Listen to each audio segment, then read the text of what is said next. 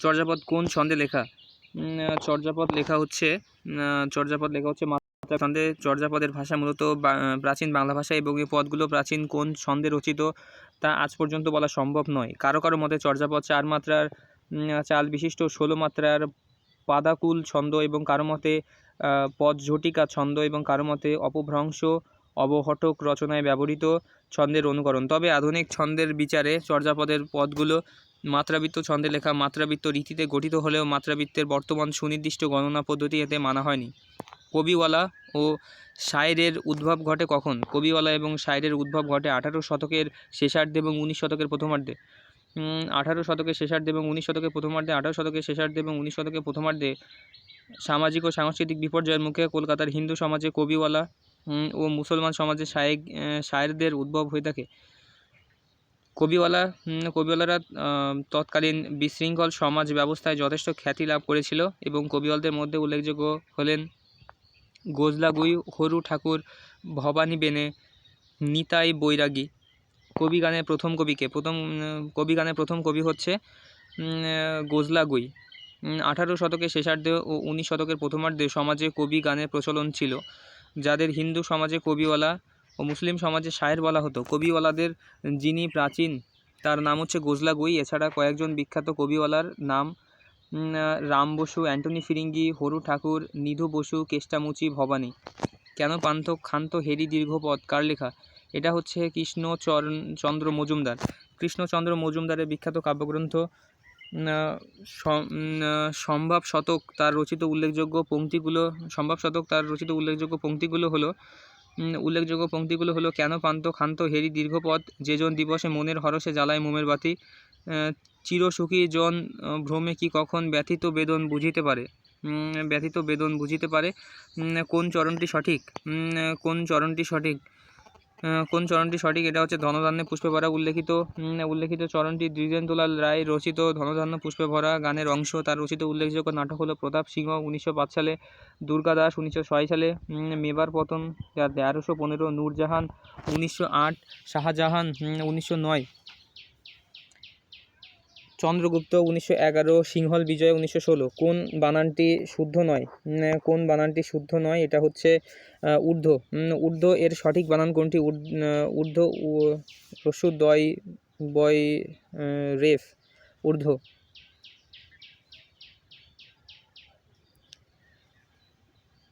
গৃহী শব্দের বিপরীতার্থক শব্দ কোনটি? গৃহী শব্দের বিপরীতার্থক শব্দ হচ্ছে সন্ন্যাসী। গৃহী শব্দের বিপরীতার্থক শব্দ হচ্ছে সন্ন্যাসী। এক্সাইজ ডিউটি এর পরিভাষা কোনটি? এক্সাইজ ডিউটির পরিভাষা হচ্ছে আবগারি শুল্ক। এক্সাইজ ডিউটি এর বাংলা পারিভাষিক শব্দ হচ্ছে আবগারি শুল্ক। কোন বাক্যটি শুদ্ধ? এটা হচ্ছে দারিদ্র আমাদের প্রধান সমস্যা। কোন বাক্যটি শুদ্ধ? এটা হচ্ছে দরিদ্র আমাদের প্রধান সমস্যা। প্রদত্ত অপশনগুলোর মধ্যে একমাত্র গতে প্রদত্ত বাক্যটি হচ্ছে ভুল। পক্ষান্তরে ক গোপনের স্থলে গোপনীয় এবং সলজ্জিত স্থলে সলজ্জ এবং ঘতে বাহুল্যতা কোন স্থলে ব্যবহৃত হয়েছে? বাহুল্য হবে। তুমি আসবে বলে হে স্বাধীনতা, সখিনা বিবির কপাল ভাঙলো, এটি কোন বাক্য?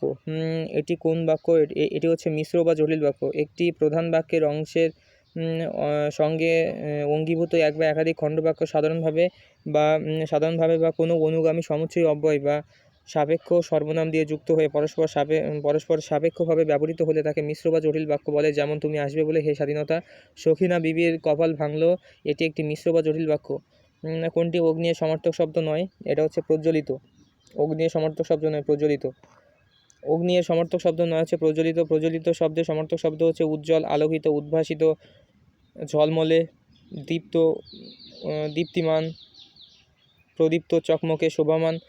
পক্ষান্তরে অগ্নির সমার্থক শব্দ হচ্ছে অনল, বহি, হুতাশয়, পাবক, বৈশানর, আগুন, দহন, সর্বভুক, সর্বসূচি, বিভাব, বসু। কোনটি সঠিক বানান? এটি হলো নিশিথিনী। সঠিক বানান হচ্ছে নিশিথিনী। কোনটি কোলন? এটা হচ্ছে কোলন। আচ্ছা, বিসর্গের মতো, সেটা হচ্ছে কোলন। আচ্ছা, তারপরে হচ্ছে কি বাংলা সাহিত্যের প্রধান অন্যতম বিশিষ্ট পত্রিকা কল্লোল কোন সালে কত সালে প্রকাশিত হয়? বাংলা সাহিত্যের অন্যতম বিশিষ্ট পত্রিকা কল্লোল কত সালে প্রকাশিত হয়? এটা হচ্ছে 1923 সালে। বাংলা সাহিত্যের অন্যতম বিখ্যাত বিশিষ্ট পত্রিকা কল্লোল 1923 সালে প্রথম প্রকাশিত হয় এবং কল্লোল পত্রিকার সম্পাদক ছিলেন দীনেশচন্দ্র দাস। পত্রিকাটি 7 বছর চলার পর বন্ধ হয়ে যায়। পত্রিকাটি 7 বছর চলার পর বন্ধ হয়ে যায়। কোন গ্রন্থটি সুকান্ত ভট্টাচার্য কর্তৃক রচিত? কোন গ্রন্থটি সুকান্ত ভট্টাচার্য কর্তৃক রচিত? হরতাল গ্রন্থটি সুকান্ত ভট্টাচার্য কর্তৃক রচিত। তার বিখ্যাত কাব্যগ্রন্থ হচ্ছে হলো ছাড়পত্র 1354, ঘুম নেই 1357, পূর্বাভাস হচ্ছে 1357, অভিযান হচ্ছে 1360। ঢাকের কাঠি বাগধারার অর্থ কী? ঢাকের কাঠি বাগধারার অর্থ হচ্ছে মোসাহেব। ঢাকের কাঠি বাগধারার অর্থ হচ্ছে মোসাহেব। তোষামুদে দহরম মহরম বাগধারার অর্থ হচ্ছে কি ঘনিষ্ঠ সম্পর্ক। ইঁদুর কপালে আট কপালে বাগধারার অর্থ হচ্ছে হতভাগ্য। বঙ্কিমচন্দ্র চট্টোপাধ্যায়ের বীজবৃক্ষ উপন্যাসের চরিত্র হচ্ছে কুন্দনন্দী। বীজবৃক্ষ উপন্যাসের প্রধান চরিত্র হচ্ছে কুন্দনন্দী, নগেন্দ্রনাথ, হীরা, সূর্যমুখী। অন্যদিকে বিমলা রবীন্দ্রনাথ ঠাকুরের ঘরে বাইরে উপন্যাসের এবং রোহিণী বঙ্কিমচন্দ্র চট্টোপাধ্যায়ের কৃষ্ণকান্তের উইল উপন্যাসের অন্যতম চরিত্র। কোন বানানটি শুদ্ধ? এটা হচ্ছে পিপিলিকা। পয়রস্যি পয়দীর্ঘী লয়রস্যি কয়াকা, পিপিলিকা। গীতাঞ্জলির ইংরেজি অনুবাদ সম্পাদনা করেছেন কে? গীতাঞ্জলির ইংরেজি অনুবাদ সম্পাদনা করেছেন কে? গীতাঞ্জলির ইংরেজি অনুবাদ সম্পাদনা করেছে হচ্ছে W.B. ইয়েটস। গীতাঞ্জলি রবীন্দ্রনাথ ঠাকুরের একটি অন্যতম কাব্যগ্রন্থ। গীতাঞ্জলি কাব্যগ্রন্থ 1910 সালে প্রকাশিত হয়ে থাকে এবং গীতাঞ্জলি কাব্যগ্রন্থে মোট 157টি কবিতা ও গান রয়েছে এবং গীতাঞ্জলির ইংরেজি অনুবাদ সম্পাদনা করেছেন W.B. Yeats. The origin and development of the Bengali language গ্রন্থটি রচনা করেছেন। The origin and development of the Bengali language গ্রন্থটি রচনা করেছেন হচ্ছে doctor Suniti Kumar Chattopadhyay. The origin and the development of Bengali language গ্রন্থটি 1926 সালে প্রকাশিত হয় এবং এই গ্রন্থে ভাষাতাত্ত্বিক বৈশিষ্ট্য নিয়ে প্রথম আলোচনা করেন। Pick appropriate preposition for the following sentence. Naurin will discuss the issue with Nasir over phone. ফোনের মাধ্যমে কথা বলা হলে ওভার ফোন ব্যবহৃত হয়, যেমন he requested his friend over phone to join the meeting. সুতরাং সঠিক উত্তর হচ্ছে খ। Put the appropriate preposition for the sentence below. Some writer sink into oblivion in course of time. Sink into oblivion একটি phrase যার অর্থ হচ্ছে বিলীন হয়ে যাওয়া। লেখক যেহেতু বিস্মৃতিতে বা চিন্তার জগতে বিলীন হয়ে যায় তাই শূন্যস্থানে ইনটু হবে। কল টু মাইন্ড মিনস কি? কল টু মাইন্ড মিনস হচ্ছে রিমেম্বার করা। কল টু মাইন্ড ফ্রেজের অর্থ হলো রিমেম্বার বা স্মরণ করা। সঠিক উত্তর হচ্ছে গ। সঠিক উত্তর পাস অ্যাওয়ে মিনস হচ্ছে ডাই। পাস অ্যাওয়ে ফ্রেজটির অর্থ হচ্ছে মারা যাওয়া, অক্ষম হওয়া। সুতরাং সঠিক উত্তর হচ্ছে খ, অর্থাৎ ডাই বা মারা যাওয়া।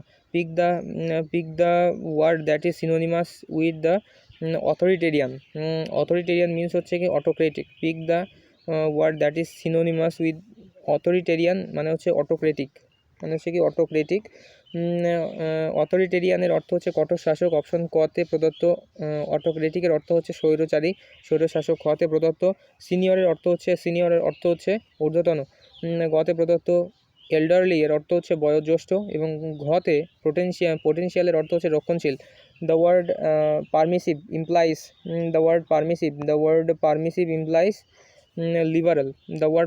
Implies liberal. প্যাসিমিস্টিকের অর্থ হচ্ছে অনুমোদনীয়। হাম্বেল অর্থ সরল। ল অ্যাবাইডিং মানে কি আইন মান্যকারী। লিবারাল মানে হচ্ছে উদারপন্থী। সাবমিসিভ মানে হচ্ছে অনুগত। এবং সুতরাং সঠিক উত্তর হচ্ছে গ। Pick the correct part to fill in the gap of the following sentence. Each of the sons followed his father's trade. প্রদত্ত অপশনগুলোর মধ্যে সঠিক উত্তর হবে, কারণ গ্রামারের নিয়ম অনুযায়ী ইচ, এভরি ইত্যাদি শব্দসমূহ হিজকে গ্রহণ করে। Subject verb agreement refers to the number and the person. Number and the person agreement হচ্ছে সাবজেক্টের নাম্বার ও পার্সন অনুসারে ভার্বের পরিবর্তন। যেমন কি subject third person singular number হলে প্রেজেন্ট ইনডিফিনিট টেন্সের ভার্বের সঙ্গে এস বাই এস যুক্ত হয়ে থাকে। সুতরাং সঠিক উত্তর অপশনগুলো হলো গ। Only error in the sentence is one of the recommendation made by the committee was accepted by the authorities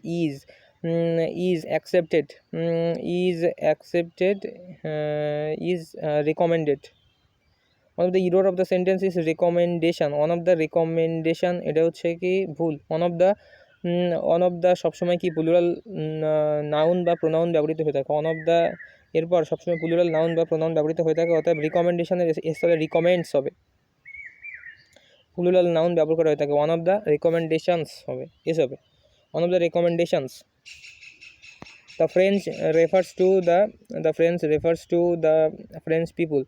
The French refers to the French people. ভাষার পূর্বে কখনো আর্টিকেল দা বসে না, ভাষার পূর্বে কখনো দা বসে না, জাতির পূর্বে দা বসে, যেমন দ্য ইংলিশ, দ্য ফ্রেঞ্চ জাতি। সঠিক উত্তর হচ্ছে ক। সঠিক উত্তর হচ্ছে ক। If a person cannot stop taking drugs he or she is he or she is he or she is he or she is addicted to them. He or she is addicted to them প্রদত্ত বাক্যের ভাবার্থ হলো যে যদি কোনো ব্যক্তি drug বা নেশা জাতীয় দ্রব্য গ্রহণ করতে না পারে তাহলে সে নেশাগ্রস্ত, আর নেশাগ্রস্ত বোঝাতে অ্যাডিক্টেড শব্দটি ব্যবহৃত হয়ে থাকে। The word officialese means, the word officialese means হচ্ছে language used in offices. The word officialese means হচ্ছে language used in offices. Officialese শব্দটির অর্থ হচ্ছে আমলাদের লেখায় ব্যবহৃত ভাষা, অর্থাৎ অফিস সমূহে ব্যবহৃত ভাষায় হচ্ছে অফিসিয়ালিস। সুতরাং সঠিক উত্তর হচ্ছে খ। The verb succumbent succumb, the word succumb means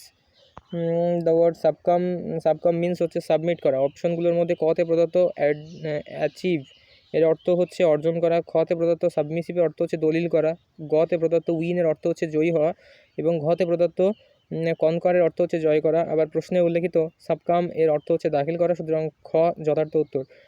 feel in the blank with appropriate part, feel in the blank with appropriate part. Part 2 receiving. We look forward to receiving a response from you.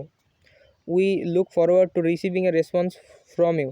Look forward to with a view to, be used to, get used to ইত্যাদির পরে কোনো verb আসলে উক্ত ভার্বের সঙ্গে ING যুক্ত হয়ে থাকে, সুতরাং ক হচ্ছে যথার্থ উত্তর। If a part of a speech or writing breaks the theme it is called the digression. যদি কোনো বক্তব্য বা লেখা মূল ভাব থেকে বিচ্যুত হয় তখন তাকে ডিগ্রেশন বলা হয় থাকে, অর্থাৎ মূল প্রসঙ্গ থেকে বিচ্যুতিকে বলা হয় থাকে ডিগ্রেশন।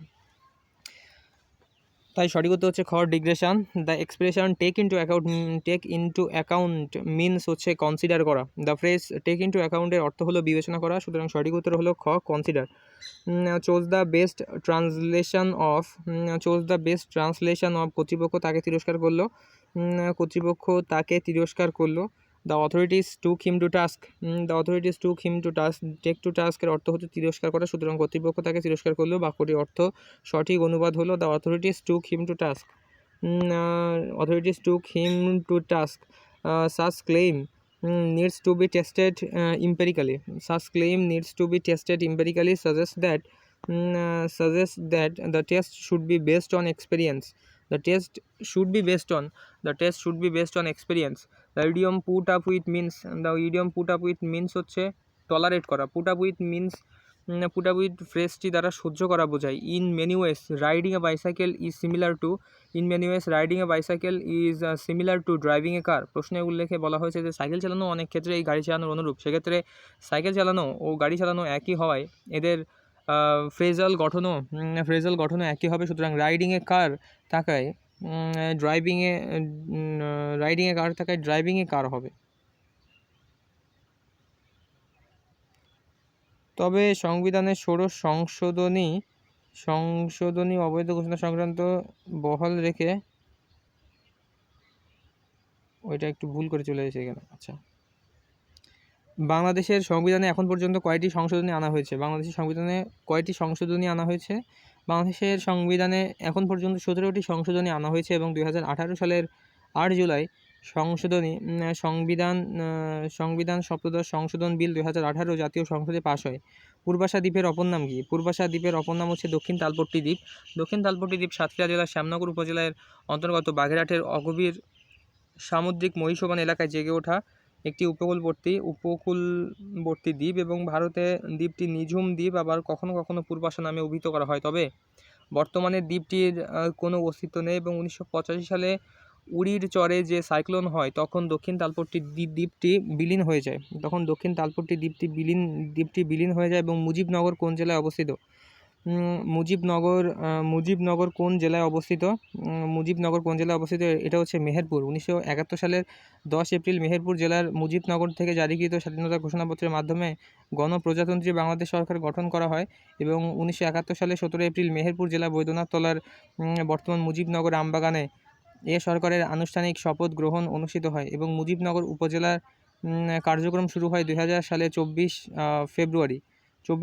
বাংলাদেশের সেন্ট মার্টিন দ্বীপ কোন জেলায় অবস্থিত? বাংলাদেশের সেন্ট মার্টিন দ্বীপ কোন জেলায় অবস্থিত? বাংলাদেশের সেন্ট মার্টিন দ্বীপ অবস্থিত কক্সবাজার জেলায়। সেন্ট মার্টিন দ্বীপ বাংলাদেশের সর্বদক্ষিণ পূর্বে অবস্থিত। সেন্ট মার্টিন দ্বীপের অপর নাম হচ্ছে নারিকেল জিঞ্জিরা। এটি বাংলাদেশের একমাত্র প্রবাল দ্বীপ। বাংলাদেশের সর্বাধিক বৈদেশিক মুদ্রা অর্জনকারী বিষয় কোনটি? বাংলাদেশের সবচেয়ে বৈদেশিক মুদ্রা অর্জনকারী বিষয় হচ্ছে রেডিমেড গার্মেন্টস। বাংলাদেশ রপ্তানি উন্নয়ন ব্যুরো প্রদত্ত তথ্য অনুসারে বাংলাদেশের সর্বাধিক বৈদেশিক মুদ্রা অর্জনকারী খাত বা বিষয় হলো রেডিমেড গার্মেন্টস বা পোশাক পণ্য। 2017-18 অর্থবছরে ফেব্রুয়ারি 2018 পোশাক পণ্যের মোট রপ্তানি হচ্ছে 10,130 মিলিয়ন মার্কিন ডলার। শালবন বিহার কোথায় অবস্থিত? শালবন বিহার কোথায় অবস্থিত? শালবন বিহার অবস্থিত হচ্ছে কুমিল্লার ময়নামতি পাহাড়ের পাশে। শালবন বিহার অবস্থিত হচ্ছে কুমিল্লার ময়নামতি পাহাড়ের পাশে অবস্থিত শালবন বিহার ময়নামতির প্রত্নতাত্ত্বিক খনন স্থানগুলোর মধ্যে সবচেয়ে গুরুত্বপূর্ণ প্রত্নতত্ত্ব। এবং কুমিল্লার কাছে কোঠাবাড়ির বর্তমান বাংলাদেশ পল্লী উন্নয়ন একাডেমির লাগোয়া লালমাই পাহাড়ের মধ্যবর্তী এলাকায় এর অবস্থান। সাবাস বাংলাদেশ ভাস্কর্যটি কোথায় অবস্থিত? ভাস্কর্যটি অবস্থিত হচ্ছে রাজশাহী বিশ্ববিদ্যালয়ে। সাবাস বাংলাদেশ ভাস্কর্যটি বাংলাদেশের মুক্তিযুদ্ধের স্মৃতি বিজড়িত ভাস্কর্যগুলোর মধ্যে অন্যতম এবং এই ভাস্কর্যটি রাজশাহী বিশ্ববিদ্যালয়ে অবস্থিত। ভাস্কর্যটির স্থপতি হচ্ছে Nitun Kundu. Asia cup cricket 2012 কোন স্টেডিয়ামে অনুষ্ঠিত হয়? এটা অনুষ্ঠিত হচ্ছে শেরেবাংলা জাতীয় স্টেডিয়ামে 2012 সালে 11 থেকে 12 মার্চ 11তম এশিয়া কাপ ক্রিকেট বাংলাদেশের শেরেবাংলা জাতীয় স্টেডিয়াম মিরপুরে অনুষ্ঠিত হয়। বাংলাদেশের জাতীয় দিবস কোনটি? বাংলাদেশের জাতীয় দিবস হচ্ছে 1971 সালের 25 মার্চ রাতে পাকিস্তানি সৈন্যদের নির্বিচারে হত্যার পর 1971 সালে 26 মার্চ বাংলাদেশের স্বাধীনতা ঘোষণা করা হয়। তখন থেকে এ দিবসটি স্বাধীনতা দিবস হিসেবে পালিত হয়ে আসছে। কিন্তু 1980 সালের 3 অক্টোবর রাষ্ট্রপতি জিয়াউর রহমানের সরকার দিনটিকে জাতীয় ও স্বাধীনতা দিবস হিসেবে ঘোষণা করে। শ্রীলঙ্কার মুদ্রা নাম কি? শ্রীলঙ্কার মুদ্রা নাম হচ্ছে রুপি। শ্রীলঙ্কান রুপি। এছাড়া ভারত, নেপাল, পাকিস্তান, মরিশাস, সিলেচিন এর মুদ্রা হচ্ছে রুপি। যুক্তরাষ্ট্র, অস্ট্রেলিয়া, সিঙ্গাপুর সহ বিশ্বের 30টিরও বেশি দেশের মুদ্রা নাম হচ্ছে ডলার। যুক্তরাজ্য, মিশর, লেবানন, সিরিয়া, সুদান, দক্ষিণ সুদান এ 7টি দেশের মুদ্রা হচ্ছে পাউন্ড। বাংলাদেশের মুদ্রা হচ্ছে টাকা। সার্কের সদস্য দেশ কয়টি? সার্কের সদস্য দেশ হচ্ছে 8টি। সার্কভুক্ত দেশ হচ্ছে 8টি। দেশগুলোর মধ্যে বাংলাদেশ, ভারত, পাকিস্তান, শ্রীলঙ্কা ও নেপাল, ভুটান, মালদ্বীপ, আফগানিস্তান। 3 এপ্রিল 2007 সার্কের সর্বশেষ বা 8ম সদস্যপদ লাভ করে আফগানিস্তান। বাংলাদেশের প্রথম প্রধান সেনাপতি কে ছিলেন? বাংলাদেশের প্রথম প্রধান সেনাপতির নাম ছিল হচ্ছে জেনারেল আতাউর গনি ওসমানী। বাংলাদেশ সশস্ত্র বাহিনী ও মুক্তি বাহিনীর প্রধান সেনাপতি জেনারেল আতাউর গনি ওসমানী 1971 সালের 10 এপ্রিল গঠিত অস্থায়ী সরকারের প্রধান সেনাপতির দায়িত্ব তাকে দেওয়া হয়। বাংলাদেশের রাজধানী কোথায়? বাংলাদেশের রাজধানী হচ্ছে ঢাকায়। বাংলাদেশ সংবিধানের 5(1) অনুচ্ছেদ অনুযায়ী ঢাকা বাংলাদেশের রাজধানী। এবং 1905 সালে লর্ড কার্জন বঙ্গভঙ্গ সম্পন্ন করলে নবগঠিত প্রদেশ পূর্ববঙ্গ ও আসাম এর রাজধানীর মর্যাদা পায় ঢাকা। 1947 সালে পাকিস্তান সৃষ্টির পর ঢাকা পূর্ব পাকিস্তানের প্রাদেশিক রাজধানীর মর্যাদা পায়। এবং 1971 সালে 16 ডিসেম্বর ঢাকা হয় স্বাধীন বাংলাদেশের রাজধানী। এবং পৃথিবীর বৃহত্তম বিমানবন্দরটি কোথায় অবস্থিত? পৃথিবীর বৃহত্তম বিমানবন্দরটি অবস্থিত হচ্ছে পৃথিবীর বৃহত্তর বিমানবন্দর সৌদি আরবের কিং ফাহাদ আন্তর্জাতিক বিমানবন্দর। এটি সৌদির পূর্বাঞ্চলীয় অঞ্চল দাম্মামে অবস্থিত। 1990 সালে এটি নির্মাণ কাজ শেষ হয়। এবং পৃথিবীর গভীরতম স্থান কোন মহাসাগরে? পৃথিবীর গভীরতম স্থান অবস্থিত হচ্ছে পৃথিবীর গভীরতম স্থান অবস্থিত হচ্ছে প্রশান্ত মহাসাগরে। প্রশান্ত মহাসাগরে মারিয়ানা ট্রেঞ্চ, প্রশান্ত মহাসাগরের ঠিক পশ্চিমে অবস্থিত। পৃথিবীর গভীরতম খাদ বা স্থান হচ্ছে কি মারিয়ানা ট্রেঞ্চ। বিভিন্ন সময়ে এর গভীরতা বিভিন্ন রকম মাপা হলেও আধুনিক বিজ্ঞানীদের মতে এর গভীরতা 36,700 ফুট, প্রায় 11 কিলোমিটার। পৃথিবীর গভীরতম হ্রদ কোনটি? পৃথিবীর গভীরতম হ্রদের নাম হচ্ছে বৈকাল। বৈকাল হ্রদ রাশিয়ার সাইবেরিয়ার দক্ষিণ ভাগে অবস্থিত একটি সুপেয় পানির হ্রদ। এটি বিশ্বের গভীরতম হ্রদ এবং 1996 সালে ইউনেস্কো এটিকে 754তম বিশ্ব ঐতিহ্য হিসেবে ঘোষণা করে। 2014 সালে বিশ্বকাপ ফুটবল কোথায় অনুষ্ঠিত হয়? 2014 সালে বিশ্বকাপ ফুটবল অনুষ্ঠিত হয় হচ্ছে ব্রাজিলে। 2014 সালে 12 জুন থেকে 13 জুলাই ব্রাজিলে অনুষ্ঠিত 20তম বিশ্বকাপ ফুটবল। উল্লেখ্য 2018 সালে রাশিয়ায় অনুষ্ঠিত হয় 21তম বিশ্বকাপ ফুটবল। 2022 সালে কাতারে, 2026 সালে যৌথভাবে যুক্তরাষ্ট্র, কানাডা এবং মেক্সিকোতে বিশ্বকাপ ফুটবল অনুষ্ঠিত হয়। শিল্পী জয়নুল আবেদিনের সংগ্রহশালাটি কোথায় অবস্থিত? এটি অবস্থিত হচ্ছে ময়মনসিংহে। বাংলাদেশের প্রথম ও সর্ববৃহৎ জাদুঘর বাংলাদেশ জাতীয় জাদুঘর এর যে 4টি শাখা জাদুঘর রয়েছে তার মধ্যে জয়নুল আবেদিন সংগ্রহশালা অন্যতম। এটি 1975 সালে প্রতিষ্ঠিত হয়ে থাকে এবং এই জাদুঘরটি ময়মনসিংহে অবস্থিত। বাংলাদেশের কোন ছবি সম্প্রতি কলকাতা ফিল্ম ফেস্টিভ্যালে পুরস্কার লাভ করে? এটা হচ্ছে গেরিলা। 2011 সালের 10 থেকে 17 এপ্রিল ভারতের কলকাতায় অনুষ্ঠিত 17তম কলকাতা ফিল্ম ফেস্টিভ্যালে সেরা চলচ্চিত্রের পুরস্কার হচ্ছে নেটপ্যাক বা network for the promotion of Asian cinema লাভ করে বাংলাদেশ চলচ্চিত্র গেরিলা। মুক্তিযুদ্ধের উপর নির্মিত ছবিটি পরিচালনা করেছেন নাসিরুদ্দিন ইউসুফ। বাংলাদেশের আপিল বিভাগের মোট বিচারক কতজন? এটা হচ্ছে 11 জন। সংবিধান অনুযায়ী আপিল বিভাগে রাষ্ট্রপতির সংখ্যা বাড়ানোর এখতিয়ার রয়েছে একমাত্র রাষ্ট্রপতির এবং বাংলাদেশ সংবিধানের 94-2 অনুচ্ছেদে বলা হয়েছে প্রত্যেক বিভাগে আসন গ্রহণের জন্য রাষ্ট্রপতি যেরূপ সংখ্যক বিচারক নিয়োগের প্রয়োজন বোধ করিবেন সেরূপ সংখ্যক বিচারক লইয়া সুপ্রিম কোর্ট গঠিত হইবে এবং স্বাধীনতার পরে সুপ্রিম কোর্টের আপিল বিভাগ 5 জন বিচারপতি নিয়ে পরিচালিত হতো এবং 1991 সালে তা বৃদ্ধি করে 7 জন করা হয় এবং 9 জুলাই 2009 রাষ্ট্রপতি সংবিধানের 94-2 ধারা মোতাবেক আপিল বিভাগে রাষ্ট্রপতির সংখ্যা 7 থেকে বাড়িয়ে 11তে উন্নীত করেন। কোনটি অ্যান্টিবায়োটিক?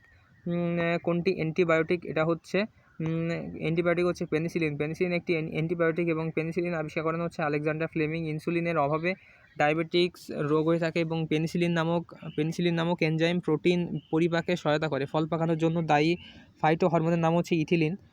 জন্ডিসে আক্রান্ত হয় হচ্ছে যকৃৎ। শরীরের জলীয় অংশ বা রক্তে বিলিরুবিন নামক পিত্তরসের আধিক্যের কারণে শরীরের ত্বক বা শ্লেষ্মা ঝিল্লি হলুদ বর্ণ ধারণ করার ফলে সৃষ্ট রোগের নাম হচ্ছে জন্ডিস বা পণ্ডুরোগ বা কামেলা রোগ। এ রোগে যকৃৎ, লিভার ছাড়াও প্লীহা, রক্ত ইত্যাদি আক্রান্ত হয়ে থাকে। কোনটি বিদ্যুৎ পরিবাহী নয়? এটি হচ্ছে রাবার। যে সকল পদার্থের ভেতর দিয়ে সহজে তড়িৎ চলাচল করতে পারে তাকে পরিবাহী বলে, যেমন হচ্ছে রূপা, তামা, লোহা, ধাতব পদার্থ, কার্বন, মানব কয়লা, অ্যাসিড মিশ্রিত পানি, মাটি, পারদ ইত্যাদি। যে সকল পদার্থের ভেতর দিয়ে তড়িৎ একেবারে চলাচল করতে পারে না তাদেরকে অপরিবাহী পদার্থ বলে, যেমন হচ্ছে রাবার, শুকনো বায়ু, পোর্সেলিন, কাঁচ, কাগজ, কাঠ, গন্ধক, ইবোনাইট, রঞ্জক, রেশম ইত্যাদি। কোনটি নবায়নযোগ্য শক্তির উৎস? নবায়নযোগ্য শক্তির উৎস হচ্ছে সূর্যরশ্মি। যে সকল শক্তির উৎস অফুরন্ত ও বারবার ব্যবহার করা যায় তাদেরকে নবায়নযোগ্য শক্তির উৎস বলা হয়, যেমন হচ্ছে সূর্য, পানি ও বায়ু। নবায়নযোগ্য শক্তির উৎস অফুরন্ত নয় এবং বারবার ব্যবহারের ফলে একসময় নিঃশেষিত হয়ে যায়, সেগুলোকে অনবায়নযোগ্য শক্তির উৎস বলা হয়ে থাকে, যেমন হচ্ছে কয়লা, গ্যাস, তেল ইত্যাদি হচ্ছে অনবায়নযোগ্য শক্তির উৎস। ইন্টারনেট চালুর বছর কত? 1969 সালের সেপ্টেম্বর মাসে পরীক্ষামূলকভাবে ক্যালিফোর্নিয়া বিশ্ববিদ্যালয়, লস অ্যাঞ্জেলস এবং স্ট্যানফোর্ড রিসার্চ ইনস্টিটিউটের মধ্যে প্রথম নেটওয়ার্ক সংযোগ স্থাপিত হয়। তবে ইন্টারনেট আনুষ্ঠানিকভাবে যাত্রা শুরু করে হচ্ছে 1 জানুয়ারি 1983 সালে। এমকেএস পদ্ধতিতে ভরের একক কি? এমকেএস পদ্ধতিতে ভরের এককের নাম হচ্ছে কিলোগ্রাম। সিজিএস পদ্ধতিতে ভরের এককের নাম হচ্ছে গ্রাম। এফপিএস পদ্ধতিতে ভরের এককের নাম হচ্ছে পাউন্ড। কোনটিকে চুম্বকে পরিণত করা যায়? কোনটিকে চুম্বকে পরিণত করা যায় এটা হচ্ছে ইস্পাত। যে সকল পদার্থ চুম্বক দ্বারা আকৃষ্ট হয় বা বিকৃষ্ট হয় এবং যাদেরকে চুম্বকে পরিণত করা যায় তাদেরকে চুম্বক পদার্থ বলে, যেমন লোহা, নিকেল, কোবাল্ট, ম্যাঙ্গানিজ ইত্যাদি। অপরদিকে যে সকল পদার্থ চুম্বক দ্বারা আকৃষ্ট হয় না, যাদেরকে চুম্বকে পরিণত করা যায় না, তাদেরকে অচুম্বক পদার্থ বলা হয়ে থাকে, যেমন হচ্ছে কাঁচ, তামা, পিতল, রূপা, সোনা ইত্যাদি অচুম্বক পদার্থ। অল্টিমিটার কী জিনিস? অল্টিমিটার হচ্ছে উচ্চতা পরিমাপক যন্ত্রের নাম হচ্ছে অল্টিমিটার। অল্টিমিটার উচ্চতা পরিমাপক যন্ত্র এবং ক্যালোরিমিটার তাপ পরিমাপক যন্ত্র। থার্মোমিটার উষ্ণতা পরিমাপক যন্ত্র। ম্যানোমিটার গ্যাসের চাপ নির্ণায়ক যন্ত্র। কোনটি মৌলিক পদার্থ? এটি হচ্ছে লোহা। যে বস্তুকে রাসায়নিকভাবে বিশ্লিষ্ট করে অন্য কোনো সহজ বস্তুতে রূপান্তরিত করা যায় না, তাদেরকে মৌল বা মৌলিক পদার্থ বলা হয়ে থাকে, যেমন হচ্ছে কি সোনা, তামা, লোহা, হাইড্রোজেন, নাইট্রোজেন, অক্সিজেন ইত্যাদি। পক্ষান্তরে ব্রোঞ্জ, তামা সাথে টিন, পানি, হাইড্রোজেন যোগ অক্সিজেন, ইস্পাত হচ্ছে লোহার সাথে নির্দিষ্ট পরিমাণ কার্বন হচ্ছে যৌগিক পদার্থ। কোনো ধাতু স্বাভাবিক তাপমাত্রায় তরল থাকে, সেটা হচ্ছে কোন ধাতু স্বাভাবিক তাপমাত্রায় তরল থাকে? এটা হচ্ছে পারদ ধাতু সাধারণ তাপমাত্রায় তরল থাকে। পারদের ভর সাধারণত 200.59। এটি প্রকৃতিতে প্রাপ্ত সবচেয়ে ভারী তরল ধাতু। স্টেনলেস স্টিলের অন্যতম উপাদান হচ্ছে ক্রোমিয়াম এবং স্টেনলেস স্টিলে যাতে মরিচা না ধরে এবং ইস্পাতে কার্বনের গুণাগুণ বৃদ্ধি করার জন্য এক বা একাধিক মৌল ক্রোমিয়াম ও নিকেল মিশ্রিত করা হয়। সর্বাপেক্ষা হালকা গ্যাস কোনটা? সর্বাপেক্ষা হালকা গ্যাস হচ্ছে হাইড্রোজেন। সবচেয়ে হালকা গ্যাস হাইড্রোজেন এবং হাইড্রোজেনের একটি পরমাণুর প্রকৃত ভর হচ্ছে 1.63 গুণ 10⁻⁴ গ্রাম। ভারী পানির রাসায়নিক সংকেত হচ্ছে D2O। ভারী পানি হচ্ছে পানির একটি রূপভেদ যেখানে পারমাণবিক ভর হচ্ছে 1 সম্বলিত হাইড্রোজেন পরমাণু সহ পারমাণবিক ভর হচ্ছে 2 সম্বলিত হাইড্রোজেন আইসোটোপ ডিউটেরিয়াম দ্বারা প্রতিস্থাপিত হয়ে থাকে এবং ভারী পানির আণবিক সংকেত হচ্ছে D2O। লোহাকে গ্যালভানাইজিং করতে ব্যবহৃত হয় কি? দস্তা ব্যবহার করা হয়। লৌহ বা ইস্পাতের জিনিসকে মরিচার হাত থেকে রক্ষা করতে এর ওপর দস্তা বা জিঙ্কের প্রলেপ দেওয়ার পদ্ধতিকে বলা হয় তাকে গ্যালভানাইজিং, যেমন ঘরের ঢেউ, টিন, বালতির পানি, ল্যাম্প প্রভৃতি মরিচার হাত হতে রক্ষার জন্য দস্তার প্রলেপ দেওয়া হয়ে থাকে। সংকর ধাতু পিতলের উপাদান কোনটি? সংকর ধাতু পিতলের উপাদান হচ্ছে তামা ও দস্তা। তারপর হচ্ছে কি তামা ও টিন মিশিয়ে ব্রোঞ্জ বা কাঁসা প্রস্তুত করা হয়ে থাকে। কোনটি সিমেন্ট তৈরির অন্যতম কাঁচামাল? সিমেন্ট তৈরির অন্যতম কাঁচামাল হচ্ছে জিপসাম। সিমেন্ট নির্মাণ কাজে অপরিহার্য উপাদান। দালান কোঠা নির্মাণে যে কংক্রিট বানানো হয় তাতে জোড়া লাগানোর উপকরণ হিসেবে সিমেন্ট ব্যবহৃত হয়। সিমেন্ট তৈরির অন্যতম কাঁচামাল হচ্ছে জিপসাম। সিমেন্টে বিদ্যমান উল্লেখযোগ্য রাসায়নিক উপাদানগুলো হলো সামান্য ম্যাগনেসিয়াম অক্সাইড ও সালফার ট্রাইঅক্সাইড সহ চুন, সিলিকা, অ্যালুমিনা ও লৌহ। বিগ ব্যাং তত্ত্বের প্রবক্তার নাম কি? বিগ ব্যাং তত্ত্বের প্রবক্তার নাম হচ্ছে জি ল্যামেটার। বিগ ব্যাং তত্ত্বের প্রবক্তা হচ্ছে জর্জ ল্যামেটার। তিনি প্রথম বিগ ব্যাং তত্ত্ব সম্পর্কে ধারণা প্রদান করেন। এছাড়া পদার্থবিজ্ঞানী Stephen Hawking a brief history of time গ্রন্থে বিগ ব্যাং তত্ত্বের পক্ষে যুক্তি দেন এবং পদার্থবিদ্যার দৃষ্টিকোণ থেকে এর ব্যাখ্যা উপস্থাপন করেন। মহাজাগতিক রশ্মির আবিষ্কারক হেস। ভিক্টর ফ্রান্তস হেস মহাজাগতিক রশ্মি আবিষ্কারের জন্য 1936 সালে নোবেল পুরস্কার লাভ করেন। মহাশূন্য থেকে পৃথিবীতে আগত আলোক রশ্মিকে মহাজাগতিক রশ্মি বা কসমিক রশ্মি বলা হয়ে থাকে। আপেক্ষিক তত্ত্বের জনক বলা হয়ে থাকে আইনস্টাইনকে। ইউরি গাগারিন মহাশূন্যে যান কত সালে? ইউরি গাগারিন বিশ্বে প্রথম মহাশূন্যচারী রাশিয়ার মেজর ইউরি গাগারিন। তিনি 1961 সালে 12 এপ্রিল নভোযান ভোস্টকনে করে মহাশূন্যে যান। গ্রিনিচ মানমন্দির অবস্থিত কোথায়? গ্রিনিচ মানমন্দির অবস্থিত হচ্ছে যুক্তরাজ্যে। এবং 1675 সালে রাজা দ্বিতীয় চার্লস লন্ডনে গ্রিনিচে একটি মানমন্দির নির্মাণের নির্দেশ দেন। নকশা তৈরি করেন স্যার ক্রিস্টোফার রেন এবং পৃথিবীর সময়শূন্য স্থানে গ্রিনউইচ মানমন্দির এবং গ্রিনিচ মান সময় গ্রিনউইচ মিন টাইম বা জিএমটি তা মেনে নেওয়া হয় হচ্ছে কি 1884 সালে।